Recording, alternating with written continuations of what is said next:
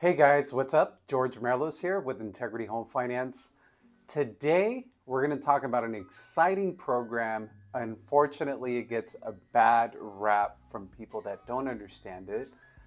So we're going to try to clarify a lot of the things with CalHFA, CalHFA, which is a down payment assistance program with the state of California.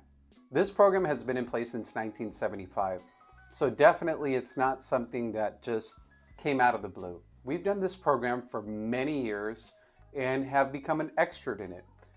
We're actually one of the lenders, when you go to their website, that loans get referred to because of the amount of business that we do with them. They're a great partner, it's a great program, and it is geared to help families that aren't able to save for a down payment get into a home. I'm going to give you guys some basic information in regards to the program. There's a lot of nuances that I can't go into in this video, but I'm going to try to give you as much information to help you make the right decision if this program is suited for you. And for those of you that are agents out there, again, it's a program that does not require a 60-day escrow, unlike you may have believed in the past with down payment assistance programs. And they are still administering this program. There are still funds available. They haven't run out of funds. So just want to get the information out. One of the requirements for this program is that you must be a first-time buyer.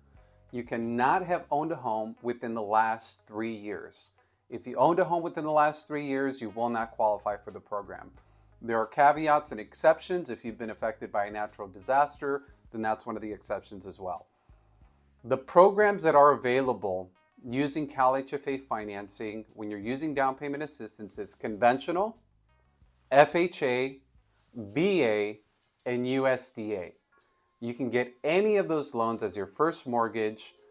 It does not have to be a government loan. So yes, conventional is available with down payment assistance. You must be here legally. You also have to take a first-time homebuyer class. It is an 8-hour course which goes over budgeting and a lot of information to help you make the right decision to purchase your property. You can do this in person or you can do it online. There is no non-occupant co-buyers that can go on this loan. So nobody can co-sign for you if they are not going to live in the home. That includes non-occupant co-signers and non-occupant co-borrowers. Depending on where you purchase your home, there are income limits. I'm in Southern California. I'm in the San Bernardino County. The income limit in San Bernardino County, regardless of household size, so you can be one or you can be a family of 5, the income is $138,000. And the income from the family of 5 is not considered only the income for the person that's qualifying for the loan. That person must have a 660 credit score to be able to be eligible for financing using the FHA portion of the product. The higher the credit score, the more options you have, so then you can look at conventional as well. The home cannot be on a lot size that's greater than 5 acres. 5 acres or less, then that's certainly allowed. It could be done on a single family residence. It could be done in a condominium, and it can be done on a manufactured home. The loan program that you will obtain in order to finance the property is a 30-year fixed loan, depending on any of the options that I mentioned earlier. The interest rate is fixed for 30 years. There are no prepayment penalties on the program. I looked at the rates before doing this video. When you get the maximum amount of assistance, the interest rate on a 30-year loan is a 3.25.